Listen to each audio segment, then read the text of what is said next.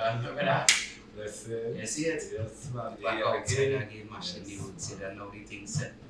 Tonight we're doing the thing a little different. We have a special guest on the inside with me. A man who I would consider a living legend. A man career spanned over 30 years. Has played with some of the greatest, some of the biggest names, some of the biggest artists. A man who is a book full of stories. You see it? None other than the original WADI guy. WADI? That's a respect all the time. Welcome to Kush&Couch. Yes. Welcome. Give thanks. Greetings. Greetings in the wonderful name of our Lord and Savior Jesus Christ, was revealed himself in the personality of his imperial majesty, Emperor Haile Selassie I, King of kings and Lord of lords, conquering Lion of the tribe of Judah, elect of God and first light of this world. Jah Rastafari. Greetings also to the 12 tribe of Israel, once scattered, now founded in the island of Jamaica by the prophet God. Repatriation to Africa. Yes, I am. Yes, along with the works of the prophet God. Greetings also to the reigning king, Zara Jacob, amongst Selassie, his imperial majesty. Jah Rastafari. Greetings also to the Ethiopian World Federation Incorporated, organization who is the umbrella of the 12 tribe of Israel and the mother of the 12 tribe of Israel, namely Charter 15, Brother Gadford and Carrington was a member of in Jamaica. Yeah, and we give thanks to the works, you know? Give thanks to the Yeah, giver. that the works continue. Yeah, greetings to all over the world, globally, internationally, Africa, Ethiopia, everywhere. Rastafari. Amen. So let's jump. WADI guy. Yeah, man. First of all, we give thanks for being here on this episode of Kush&Couch. You are actually our first official guest. Because usually the show is between me and my bedroom here. But we decided to open up the thing a little bit. You see it? Yes, I am. It's a great honor and a great pleasure to have a man of your stature here with me on this show, man. Really helpful. Well, this is Kush&Couch, eh? So we just start off with a little, you know what I mean? Yeah, man. A little split there, you know? But I want to go into the thing in depth tonight, WADI. Because I know your career has spanned over many years. And I know it wasn't one that started late. It was one that started pretty early. Yeah. So take me to the earliest memory you have of music, of being in love with the drums and hearing the drums. Take me to that time. Well, it started in 1962 from the Better Village competition that was initiated by the founding father of Trinidad and Tobago, Dr. Eric Williams. Being born in Monrico, Mova, we took part in that competition from the inception, and I was one of the drummers who always take part and love the drums and love, participation in the cultural aspect of it. And that's when it really grew in me, you know? Yeah. Even after the Better Village, we were still involved in the dance troupe that we had in our neighborhood. And then we get into the combo side at that time. The combo side, which was that time was combos. Yeah. Until it meets to like bands and stuff like that. But Dimension Brass was the band from Monrico that 9 years old I was like drafted in the band, and that's when I made my first flight on an aeroplane. You said 9 years old and what? 9 years old. 9 years old, you're playing 9 years old. drums. This is not traps. This is trap set. Trap set. This is trap set. See. Because, like I said, I used to play the hand drums in the dance troupe. I transferred everything from the chant, the hand drums to the chops. To the chops. And I was self-taught in playing the chops. I teach myself. Actually, at one point in my between 9 and 12, I was living in the band. Yeah, everybody from Monroe over know that I was living in the band. So Because during that time, as a youth man, of course, you will have peer pressure from your peers. People want to influence you into gambling or liming during that time there. And that's not what I wanted to do. So there was peer pressure, and there was, of course, coming from a humble background, it was a struggle. So the band was a safe haven for me. yeah. And then, of course, we get a little encouragement here and there from some of the band members who was older than me. So, that's where it really started from, and that's where the drive and the obsession for it was. Yeah. So from there, it was great experience playing in this band with horns, going to brass around and these things, and listening to mature musicians calling terminology in music like augmented seventh. These words I heard as a youth, suspended ninth in music. This is high church. So I had to come to grips with all this stuff, and it was a great university and school for me. But you were the drummer for the band at that age, or you joined the band and you was on the sidelines? Well, of course, there was a time I was like the part of the percussion until I was totally drafted. And that was like 9 years old. I was 9 years old. Right. So I just barely grew to kick drum. Yeah. Right? There's members of that band who is alive today that could testify that. Yeah. So and people come from my neighborhood that know, they know that, I used to play at the Holiday Inn, the first revolving restaurant in Trinidad, at the Holiday Inn every Sunday with Frank Clark, Trinidad Steel Band Prodigies at that time. That was the name of the group. Yeah, Steel Band Prodigies. Yeah. So, it was, we used to play at the penthouse with people like Mighty Sparrow at that time, Explainer. They used to have guest singers that used to come, but these were like house singers like Sparrow and Explainer, some other names like Valentino, and Those fellas would be regular there or not? They'll be Yeah, there. they're part of the show. Yeah. Because they used to have shows like for the tourists coming off of the boat, right at the ports there. Used to walk in town during that time. The Jack Brothers was on Independence Square. Yeah. Calypso was very popular at that time. Yeah? Calypso was very popular. Yeah. That's the time when Calypso was raining. Yeah. Tourists used to come from on ships regular to different clubs in town. Miramar Club used to have Shorty, Lord Shorty, and other Calypsonians that he used to host. Other places used to have another Calypso tent. But a lot of activities during that time, even when the migration take place, there was more Calypso in Canada because people accepted and were more familiar with Calypso. So even as a band coming to play, you had to play all the genres of music. Yeah.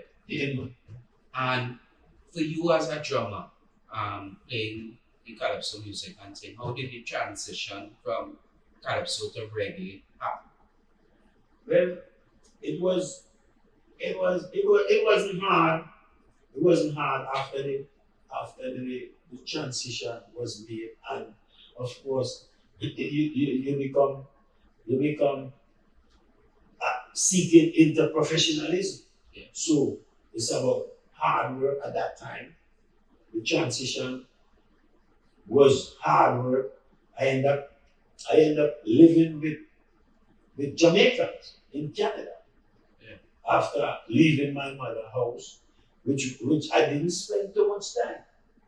I didn't spend too much time in my mother's house after the migration. The story goes like this.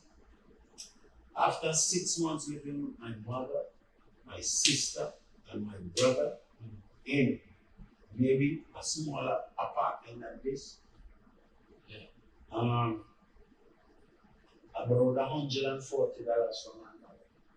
I seen a jump set for $140, a 4-piece jump. Like I said, I was determined. I borrowed $140 and I buy that jump set. And I brought that jump set home and I didn't have place to put it. So I leave it pack up. And I went out and I was looking for work.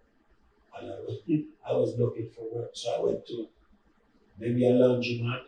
I didn't see where they need a drummer. Yeah. I called the number. Right.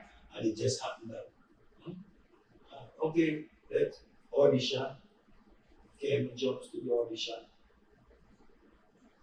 They get the job for 1 week because in those days people was hiring bands weekly to play their establishment.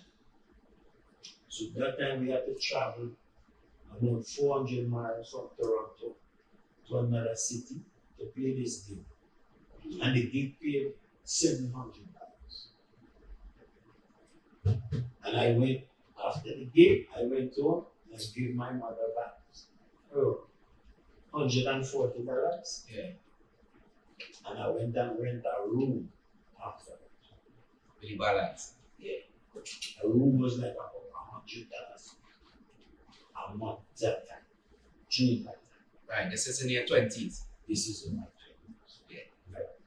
And after that, I meet up some brothers with a group in Toronto, Canada called Old Travis. Hugo Chavez. Old Travis. I think it's a French word that I didn't get a real meaning for it, but Old Travis was the band. This band contained a great keyboard player, a legendary keyboard player, rest in peace, Bernie Peters, from the Canadian music scene. Bernie Peters, very good keyboard player. Dougie was the guitarist, Stretch was the bass player, and a brother named Copeland was the lead singer. And myself was the drummer. We had a guitarist named Reggie that used to come often. But I ended up spending quite a couple of years with this band. Yes, with this band, a couple of years.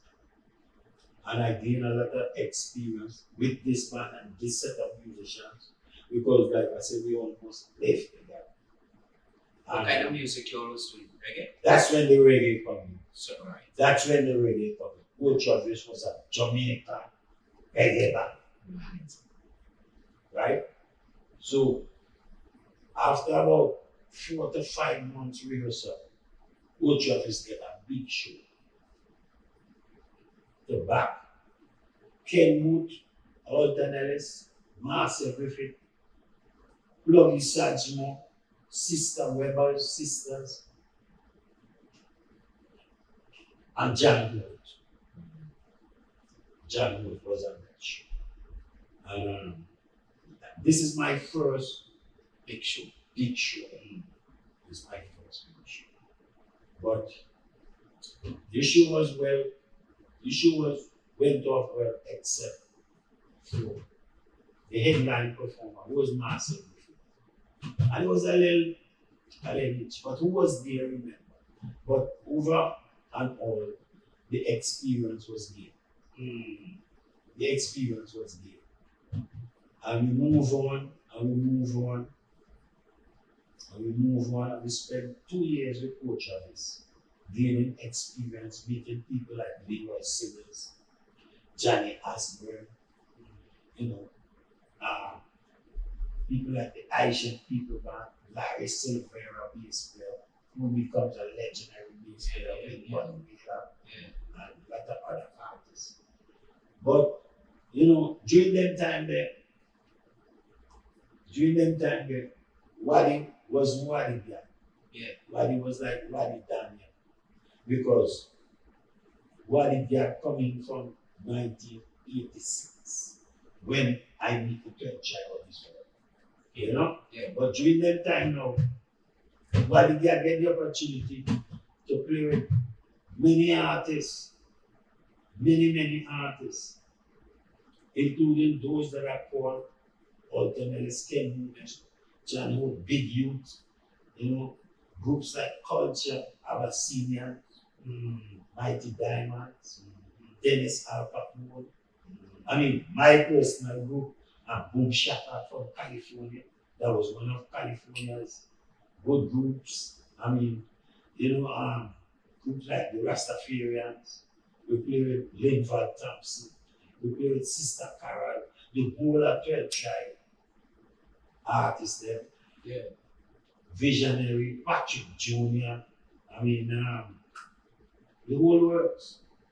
You know, Judah Standard Tafara, rest in peace.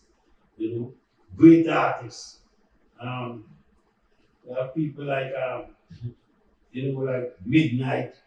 We play at Midnight, Infinite Quality album. We played at the Red Razor Rhythm. The 22 artists song on, including Luciano, Norris Man. So let me just know, because you're dropping some gems in, right? And I want to touch on one of them. You say you work on the album with Midnight. Yeah. Right? What was that experience like? Well, really and truly, the rhythm was made before the album, before the songs come on the album. That's the big difference with the Live band, yes. Well, yes, that is a live band experience. That is the rhythm that was made with the Virgin Jadine, right? David Goldfine, Ja Oil, TT, all these rhythms was rhythm that was produced before Midnight even come in the picture. See, Right? Midnight just like these rhythms and he work on them and they become album and they call that album Infinite Quality. right, That's right. why they got played on that whole album. And you know, a lot of it, the way our music is being produced nowadays, artists could be in a different country and they send shots and you sing them. So Because majority anything digital now. yeah, that's how the music made. But I mean, I fellowship with Vaughn Benjamin and his brother. The whole Midnight band, before Midnight was popular. Before Midnight was popular. Yeah. Me and Vaughn Benjamin and the Midnight crew was solid. Right. You understand? What kind of bedroom you would say the bedroom was? The Virgin was very mystical, the Virgin was very talented, underrated of course. And yeah, and like I said, he was enlightened. He was enlightened. Yeah. I being an older person to him, he had admirable respect for her. And I likewise for him.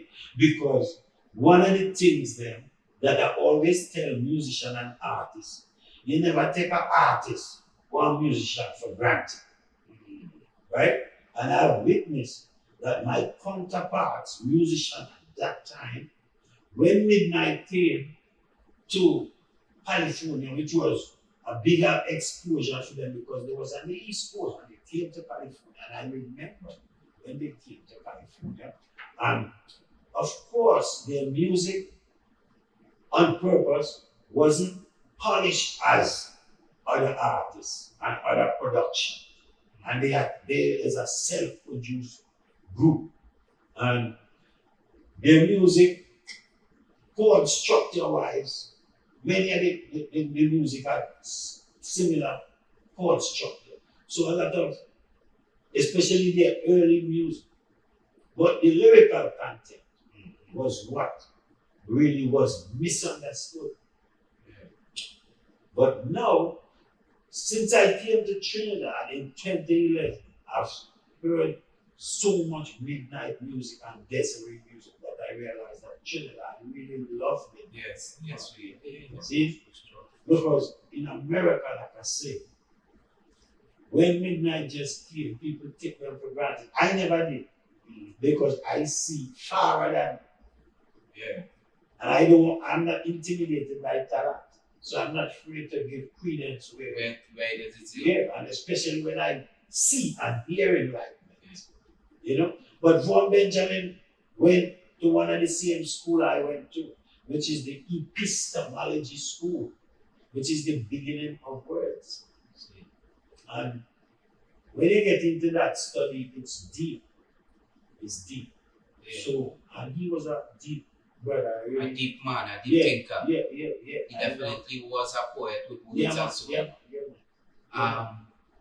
I know you have met people like Garnet Silk, Bob Marley.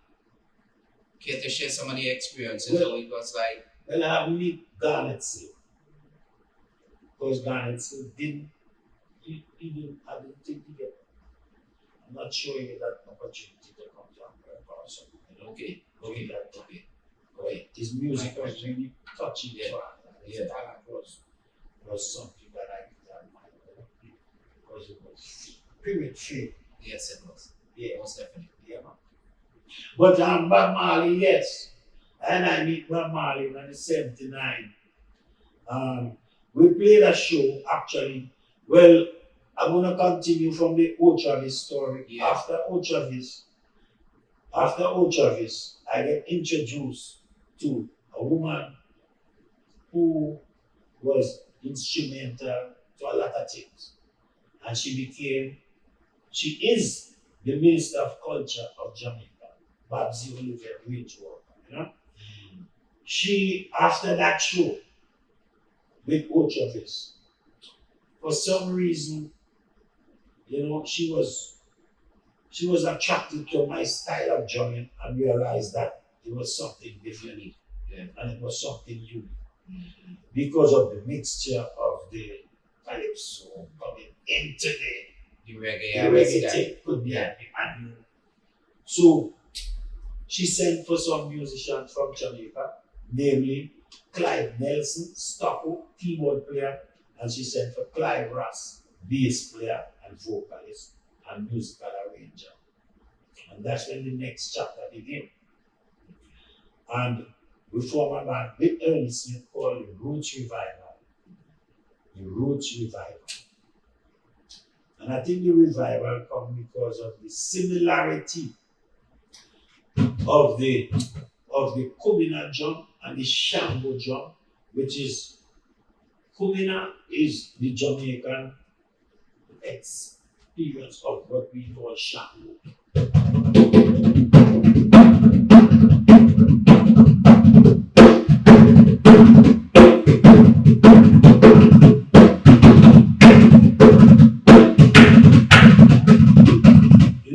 But that similarities where the revival coming. Yeah. And we was Roots Revival at that time. We were Canada. That time it was hard working band. And we end up opening for Bob Marley and the Wailers at the upstairs side of in 1979 in Toronto. So we was privileged at that time to meet Bob Marley, privileged to meet his musicians, Ashton Barrett and Carlton Barrett, Carly, who share the same name like myself. Carlisle Daniel, A.K. WADI. Is that? Was he the big Bob Marley that we know today? Was No, he that Bob Marley? Yeah. Actually, he wasn't as widespread at that time Right. as some of the other artists who had already recorded before Bob Marley, like Owen Gray and people like Stranger Cole, Jimmy Click, Toots and the Meters, these people was more, because they was middle of the road, they was middle of the road artists. They wasn't playing like road reggae like Bob Marley. They was playing middle of the road that people could in the world could have relate to. Right. Because ska was before the reggae. Yeah. And these things. And but Bob did his part and he did great. I think even his show that we seen that night was mystical because we as the musicians we gotta experience that we didn't get a subject. We had to just set our instrument in the front, take a line check, and play the show. But that it is when you have a Experience. that's what they experience as a open night coming up in the ranks. So, Yeah. that is it, So, but meeting Bob Marley and meeting his Rita Marley and all them time wasn't really present there. It was just the male section. The I3s came on later on. But I had the privilege of backing the I3s with Rita Marley, Jimmy Howard, and Master Griffiths together. Those are one of the people that we work with. We work with people like Linval Thompson, Maccabee from England, Twinkle Brothers, one of my favorite. One of my favorite as well. Yeah.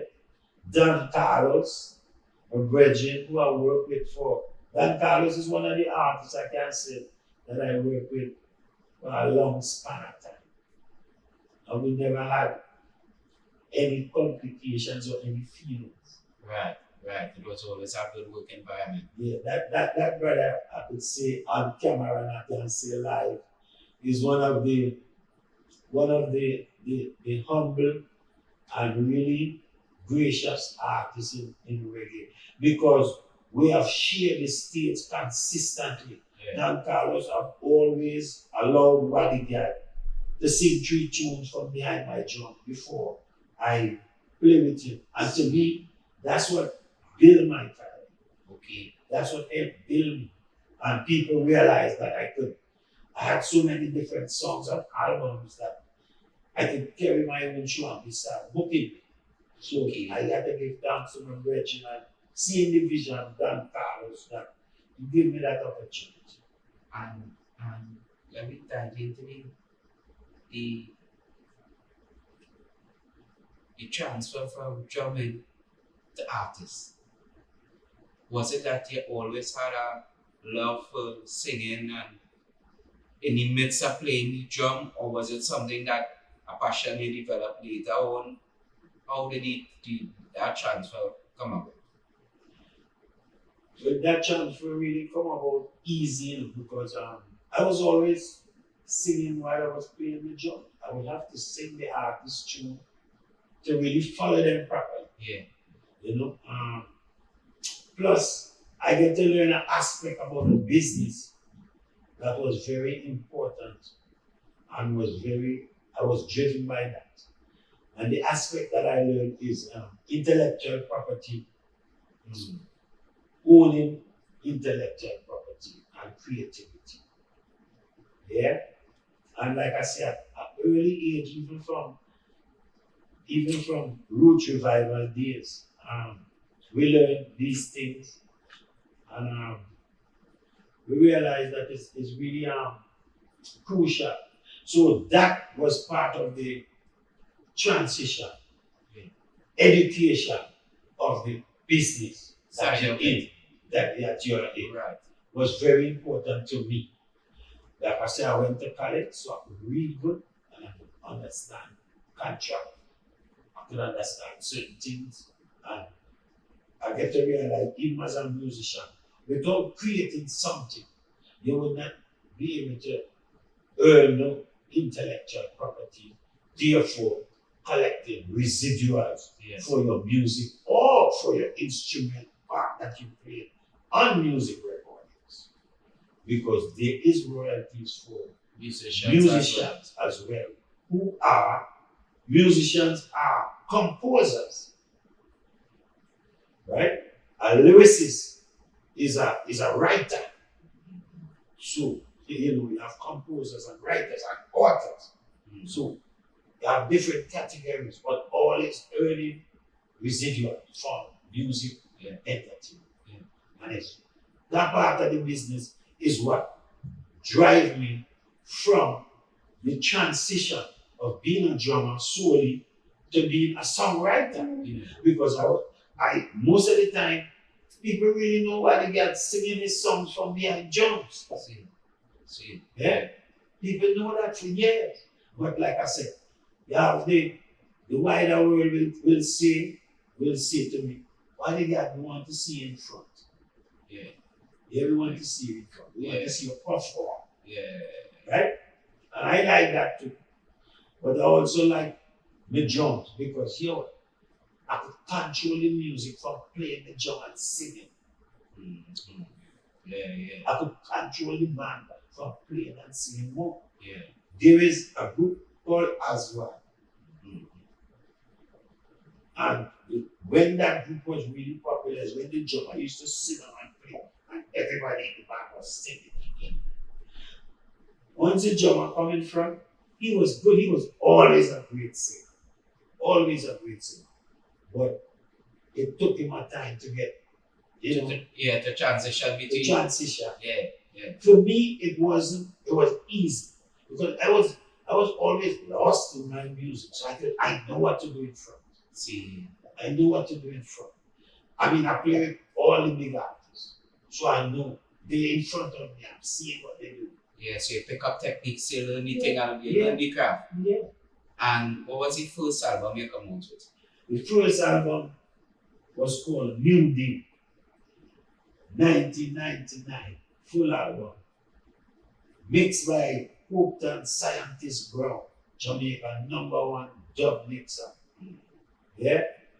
Guitar by Fazel Pendergrass, rest in peace. Bass by Joseph Latouche. Rhythm guitar by Ralston Grant of the Twinkle Brothers. Drums by Tony Durham, and drums also by WADI. All tunes written by WADI and New the album. It's on all platforms. All platforms. Right now. Yeah. 13 tracks. Aladdin background vocals. Yeah. We have tunes like New Day, Never Give Up.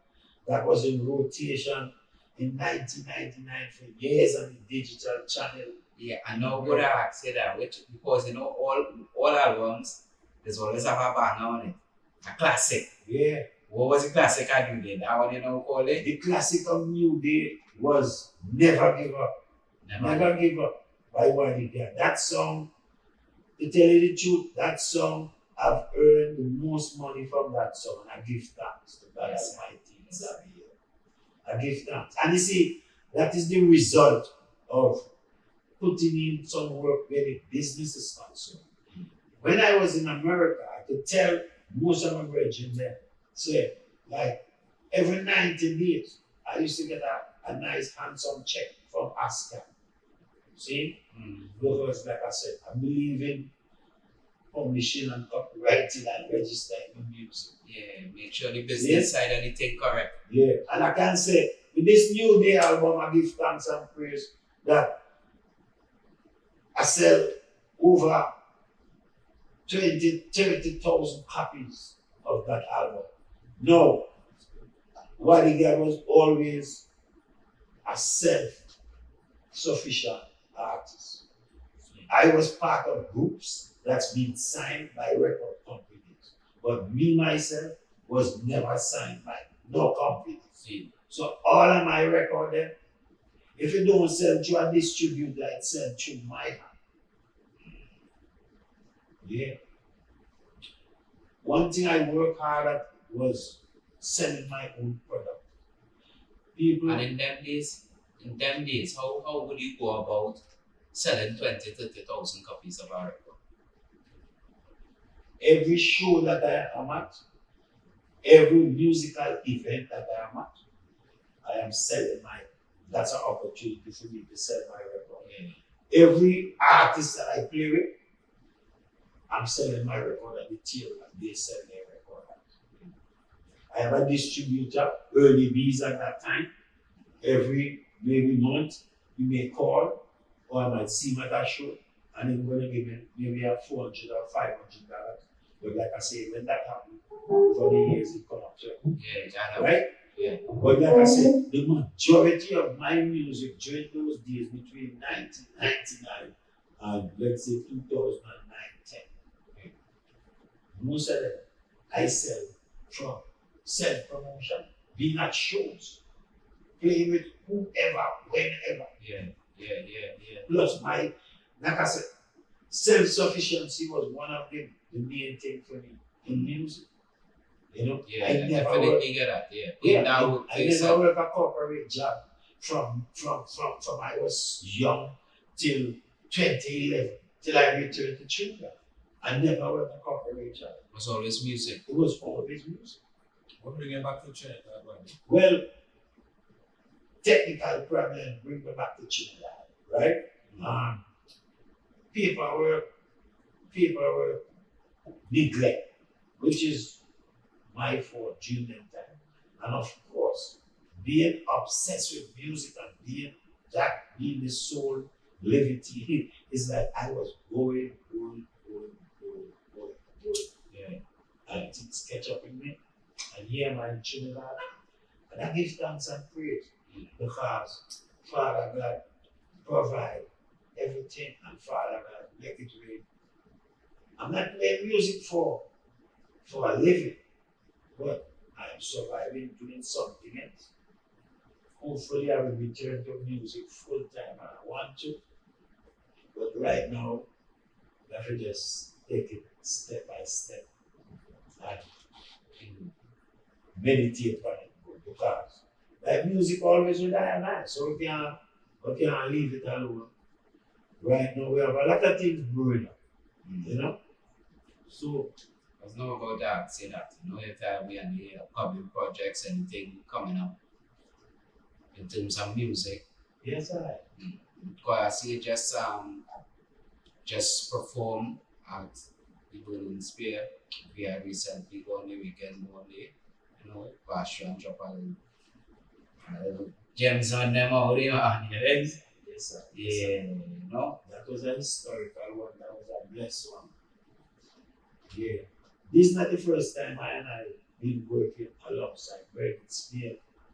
Because in the 70s, the early years when Burning Spear was coming to Canada, we had the opportunity to do so also in America during the years of the 2000s.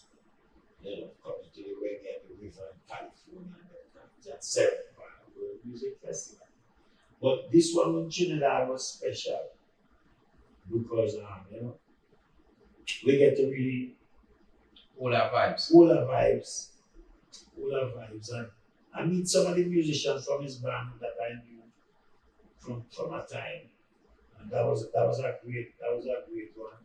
And even, you know, working with alongside my fellow artists in Trinidad, WADI, you know, and the Guidance Shield band that just really inception to Pick up Johnny for now. yeah, man, WADI is one of the artists that I respect. And I respect all artists once they respect themselves.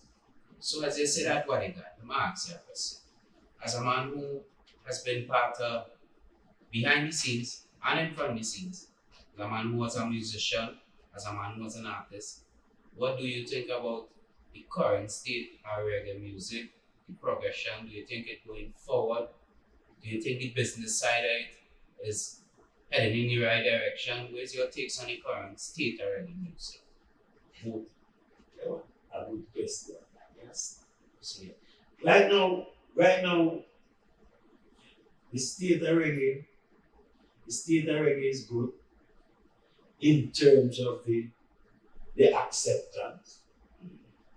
Reggae is making a lot of money, right? You say reggae music, eh? yeah. You didn't say dancehall, right? Nah, reggae me Right. do it for Reggae music. Well, when it comes to reggae, you know, reggae in a good state, reggae is very good. From the time when I'm coming from, reggae wasn't accepted too tough. So reggae right now has moved to the high levels. Do you believe the thing has become commercialized, or do you think it still hold on to it authentic? It's Roots. become commercialized somehow, but there is some authenticity that still remains in reggae with such artists like Burning Spear and some of the legend artists who still out there, Winston Jarrett, who I play with, I mean, Twinkle Brothers, you know, who's still out there doing their thing. I don't think them water it down or commercialize it too tough. Maccabee, artists like them, man, still. What about the youths? What about youths right now? Well, Yeah, anybody on your radar as a youth? You well, think could really hold the pillar and carry it forward? yeah, yeah. There are a lot of youths out there that I see that I think could carry and show the example. And they are showing. There's a youth named Samaria. Tough youth. Tough youth. Yeah, there's a youth named Samaria. There's another youth named Tabaka Pyramid. There's a sister named Queen Omega from Trinidad. Fire. See? Fire mega. But they got no hold back. But yeah, you have Jamelody, right? Yeah. You have Prophet Benjamin. See? I want some of my Trinidad artists. So What do you mean, man? Big up the local artists. yeah, because you know, talent is talent and Papa was not really compromise on them thing that we call, you know. But yeah, the state of reggae, good man, and like I said, it's the artist their responsibility to really keep focus on the topics that is really relevant, especially in a time like now. Yeah. When a lot of things happening in the industry of music. See, a lot of things is happening in the industry of music. In terms of the influence and the people there. See? I mean, that the artist is doing well, very good. And you have other artists that, loosen up the thing too. So you have the both sides. And I think, yeah, that is always, in our world that we live in, you will always find that. But oil is always on top of our stuff. See? So as if you was to give some advice to upcoming artists, right? Because the first track, they want to live that life, they want to be artists. What would be the first fundamental steps you would tell them to take? As a man who had the experience of taking these steps.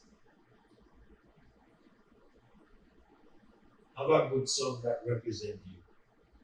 Have a good song that represents you and your lifestyle. You know? That's what I would tell an artist. I mean, me personally, when I was going into it, I had to think that way. Yeah. I couldn't sing a song that didn't represent me. Even if it was a cover song, I had to sing a song that convict me that that's what I sing. With conviction. So that would be one of the advice. I would advise an artist to do a little voice training. Try to seek company with somebody who is for business, but not somebody who's gonna stroke your ego. You know, look for somebody who has a vision. Look for somebody who has experience. Look for somebody who's gonna make you feel comfortable. Yeah. And somebody who's gonna try and make you live through them or be an artist like them. And see, that's the difference. A teacher could teach a student, but that student is gonna be who they are. Yeah. It's just for you to show them the metal and the fundamental to do this. But you're gonna be who you are. As you say, student body. I know you have many students. Yes, sir. Who pretty famous. Have handled them pretty well. If you could tell us a few of them. Well, I have some students who are the world. I have some popular students. And I'm proud of my students. The first student I want to really talk about is the drummer from Detour Passy that plays with Barrington Levy, that also plays with a popular California group, Revolution, Jamie Zebela of 12 Tribe of Israel of California, my student, indeed. Gasapa. Yeah, man. My next student, and Jamie Zebela actually played with people like Sean Paul, Mr. Vegas, and all the dancehall artists. See? Yeah. Jamie Zebela, the virgin. The next student I want to enlarge is my virgin, Rankin Pulse, Densfield, from California, Northern California. Yeah, man, I'm proud of that virgin because he played on Midnight, latest album, Testimony, the latest album, Midnight, latest album. Rankin Pulse played on that album. But me and Rankin Pulse, me and Pulse have a lot of history because Pulse is one of the youths them that his father was a friend of mine. And the father asked the friend, say, yo, my son idle, you know. I want somebody carry him out and teach him something. The man in the house, now he's in the house. And I went and picked up that youth and carried him to the rehearsal and showed him how to hold his sticks and everything. And right today he's a great drummer. He plays with Black Uhuru, Andrew Bees, all of the artists them from Northern California. My virgin Pulse, Densfield, see? Who is Von Benjamin, childhood friend. Yeah. See? Yeah. Pulse. Right? Rankin Pulse, Papa Wadi is proud of you. See? Yeah? The next student is my virgin Jamie Arredondo. He's on my Monterey Festival live show. I had that student from he was 15 years, going on 16. And his father is a doctor, and his father is the one who wanted me to teach his son. And I'm proud of Jamie Arredondo today. I am very proud of you, Jamie, my student. Yes. I know you are a father now. Well, Papa Wadi is the grandfather.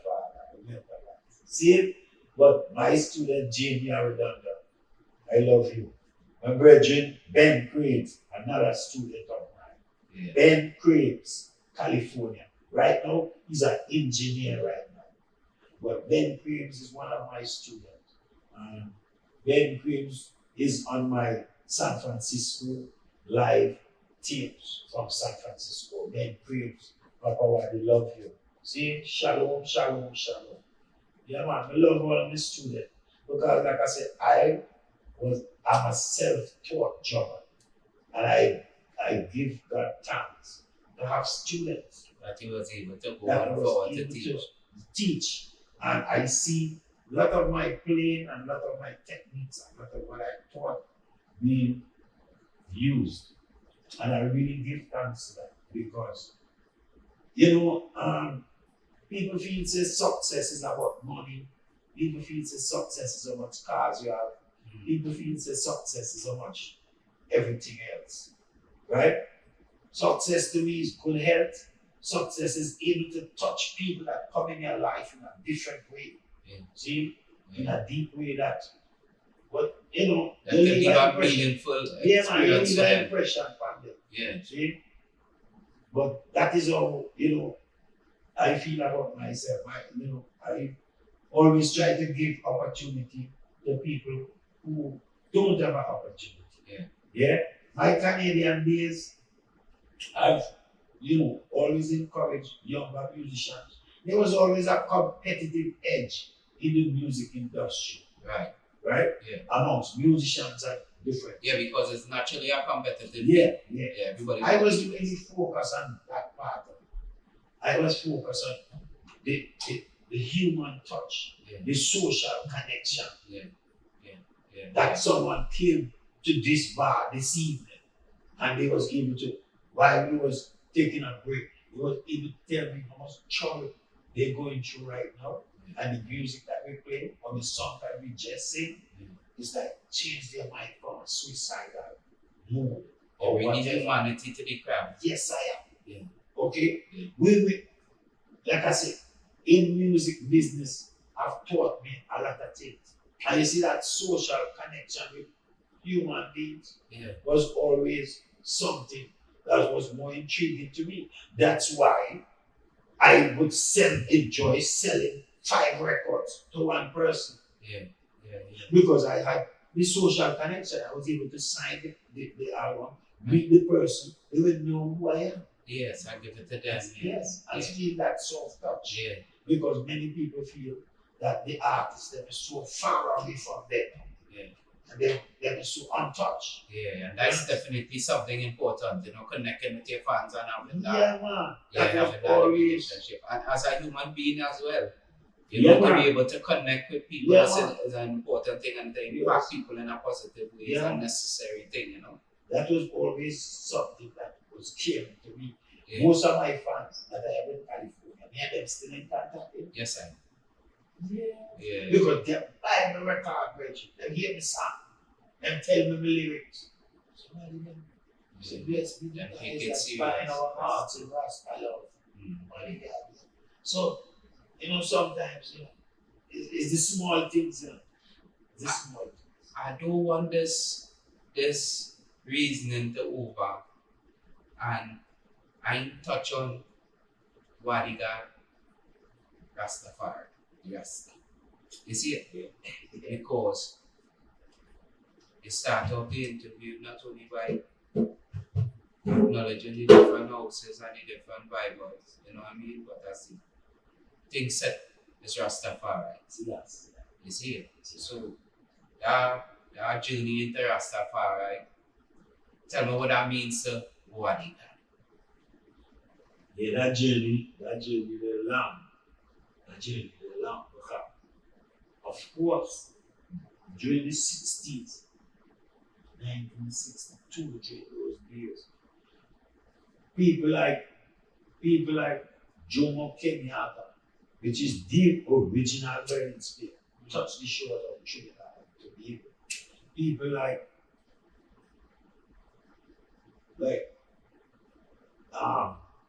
Kwame Nkrumah, the man come here. People like His Imperial Majesty Haile Selassie I come to Trinidad in 1968. See these people. Gandhi come to Trinidad. So and then we're hearing about Marcus Garvey, who is right from the Caribbean. We're hearing about look to the east, we have black king shall be growing. There shall your redemption be black people. So we start, look and we start, seek and we start, read. Yeah. But there was always a resistance during those days, There was Islam that was very prominent to black people during that time, because you have people like Malcolm X and Elijah Muhammad, and then people urging on the black people too. So you have that to really deal with. I want to get during them days. I studied Islam, right, alongside coming from a Rastafari background from Trinidad here and the whole thing. When I went to Canada, I get introduced to Islam. I love Islam. I get to realize that it's a monotheistic faith with a lot of discipline. Some of the discipline I really like because prayer, fasting, certain things similar to Rastafari. But it's the same thing with everything. You study differently, but you have to be yourself. And it was always a struggle with the music. Because during them days, the man them from Islam now I play music. And that's where the struggle is for me. Yeah. Because that's my game. Yeah. I have to feed my family. So that's where it started. So I'm all sweat. You Yeah. understand? Yeah. And then Rastafari, I get serious now. Because them time there's a time when, you know, liberty. Yeah. You have to live and feed your children, them are responsible for them and grow them. Yeah. You can't leave that to the state. And I was not a man of that. Yeah. Because I get to learn that a man who doesn't take care of his family is worse than an infidel. Yeah. See? So, like I said, I had to get pioneering and diligent when it comes to Yeah. Family. doing the thing and being stable spiritually and connected to what I'm doing and everything. So, yeah. And then that's when, of course, I meet some serious set of rastas from Toronto, Canada, which was from the captain. And during those days, there was more shanty so much. It was more captain. So, keeping Sabbath, reading Bible, being upright, of course, not consuming of alcoholic, too tough, you know. And personally, I had a struggle during the early years in Canada because after many years of playing, I was wondering that most of the places that we play is really consuming and selling alcohol. So that was one of the aspects that kind of, you know, my awareness. You know. So we try to stimulate our booking agent to book us in more universities, concert halls, things like that. Because our faith now start to really contradict with the with the environment. Yeah. So even during them time, like I said, and I never share. So we never have to adapt to certain things. It was always who we are. Yeah. So, like I said, certain places we go after the gig, you will be standing. Someone pull your beard. You know, these things. Yeah. So I was always showing the manager, see? So, them things they start get to me a little bit. Yeah. And of course, if people listen to catalog, my music then is more a different vibes. If my music is in God, what I'm dealing with. Right. And more time a person don't know what I'm dealing with unless they listen to the music. Yeah? And the music has the message in it. Yeah, The definitely. music have mean like nothing. But people don't know because they don't listen. Me not there on the chart. Yeah. You know what I'm saying? Yeah. When you're not there on the chart, nobody can listen to you. You might be amongst them. The people say might tell you one and twos, Yeah. but yeah. But you know, so but I people for take list, people for listen man. You understand? Yeah, definitely. Most artists where we play with, they listen to them, but they know who that is, man. Yeah. WADI, I know from the same tribe, from the you know, Yeah. I take family very serious. I know you're a granddad too. Yeah. Just touch a little bit on the family too, man. Well, yeah, man. The family. We love my family. That's one thing. Yeah, man, love my family.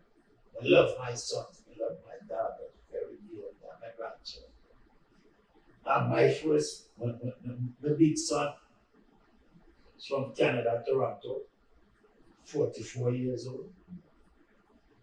The second son is in Maryland, Rajab Celeste, big singer, keyboard player, trumpet player. My daughter, Alima, I love her sweetness. Haja, my daughter, I love you. David, my son, Pastor David, Papa, I love you. Abby, Daniel, the youngest son, Papa, I love you. All them youth they know. All of them youth they know. Up on stage with me at some point of life. Yes.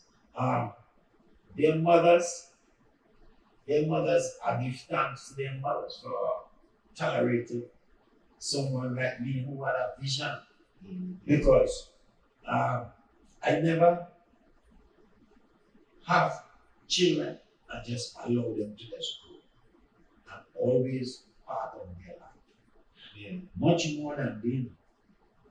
Much more than they can even tolerate. Because I believe that really taking the opportunity of someone when they are in motion, alive, is a great experience. Yeah, most Great definitely. experience. Yeah. And I want to, my children, they must know that there is much more of me left to share with them, especially my grandson. Yeah, there is a lot Papa I have to share with them and other people too. You understand? So, like I said, family, I love my family. I have 4 brothers and 2 sisters. One of my brothers passed away, David Daniel, rest in peace. I love him. Talented football player, play with Malfred. Charlie, the biggest older brother. Richie, my youngest brother. Glenn, Anna, Sister Raja. I love my family. I have dozens and thousands of cousins all across Trinidad and Tobago. I'm also a Daniel, you know, as I say that. Yeah, family. I am a Daniel as well. Yeah. Daniel is my last name. Yes, that's what I say. Yeah. But the Daniel family come from the Bible days, constraint, right? And Yeah, right? yeah. See, I have some uncles that some of them, have to be music and different things. Cousins like right across, and me and them very close because like I say, family is everything to me. Whether it's flesh, but you see, one thing I can say, because Satan one of the tune called Blessed Be the Ties. Blood thicker than water. But you see, when it comes to faith is stronger. Sometimes you have family in the faith that is even closer to you, that stick closer than a brother. Yeah. So this is why I just tell my family that get to know who WADI is. Get to know who WADI is. Because there's somebody out there who is not my blood, who me and them closer than you. So get close to me. You understand? You're going to discover God Almighty. Trust me. Because be surprised. Yeah, man. Because, like I said, I believe in love. And he that knoweth love, knoweth God Almighty. See? Because God is love. And he loves a cheerful people. But like I said, love hanging everything, man. It's only because we're living in a world that has no love. And has developed to be like that. Because I could tell you, say, people is friends on the internet. And they love on the internet. People have relationship online. See? This is how it's going on. They don't know me. They don't know you. And this is what missing, that social connection. Is what's missing. Yeah. People married and don't know who they're married. Yeah. Don't know who they sleep with. I tell you. Yes. See, this is how things are. So it's like, it's a different running. Even I and I have to adjust to certain things to really, not to say fit in, but to tolerate. Because tolerance is one of the things we're missing also in our society. People don't tolerate each other. We say to know each other. You have to be tolerant to be. We always say that accountability lacking too as well. Yeah, man. A lot of people definitely want to stand up in the truth and accept they may be at fault sometimes to change the situation or the problem be like with them. Yeah. So we oftentimes say that accountability is a big thing lacking as well. Well, I want to say something. His Majesty said true leadership is accountability and responsibility. It's true leadership, not dictatorship. Yeah, not dictatorship. Yeah. Accountability and responsibility. You know? So, but you're right. Not people have children nowadays, or they have a business, or they have something happening, or a relationship, but they're not really accountable for that. And I know now. Yeah, the more absorbed by themselves, the more absorbed in what they need. Yeah. You know? They don't want to attend to the because really and truly, sometimes your greatest asset is not the building or the car, it's the human resources. Yeah. And some people don't attend to that. Yes, sir. See? Yes, sir. Your marriage is not the piece of paper or the house Or the ring. It's The the person one. where It's the they one. say, It's your the husband one. and your wife. You understand? Not even the same. Yeah. So we have to get more human and more real when it comes to certain things. You understand? Like, and I just, kind of suspend when it comes to certain things. We just highlight. Like, and I already know this reasoning would not have been sufficient to really get down in the gates with the eye, right?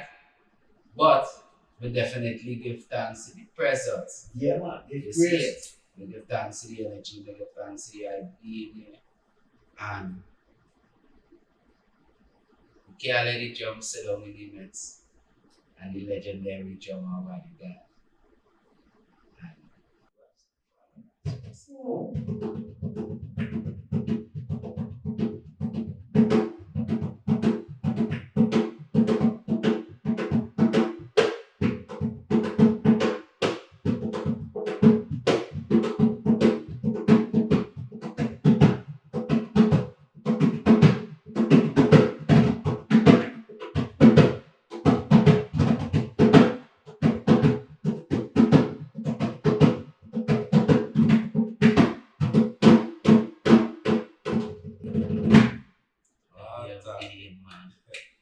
Especially there, we all have the legendary WADI God. Yeah, man. We give thanks to the energy always. And give Yeah, man. thanks always. We're still running. Yeah. Check me out at WADI God. All platforms. WADI God on Messenger, Facebook, everything. WADI God. YouTube, everything. YouTube, WADI God. You can see the album, live shows. And of course, I have things happening. I have a YouTube coming out called Guide and Shield, produced by Dred Flintstone, mixed by Scientist, played by Deep Fraser. Yeah, coming out very soon. The video is getting together. Look out for Guide and Shield. WADI God. Look out for my YouTube called Reggae Music, featuring the great scientists again. See, in February the 1st, I'll be appearing with Chester Miller and a tribute for the great Dennis Brown. Also, in January, I'm supposed to be doing a show in aid of Ethiopia with the Abyssinian, myself, and about 20 artists from over the world. See, Rastafari, give thanks and praise. What did that right to? Last time, first. Just Rastafari. You see it? Blessings. Voilà. Regarde, on dit ça, t'as aidé. Hopefully. We outside.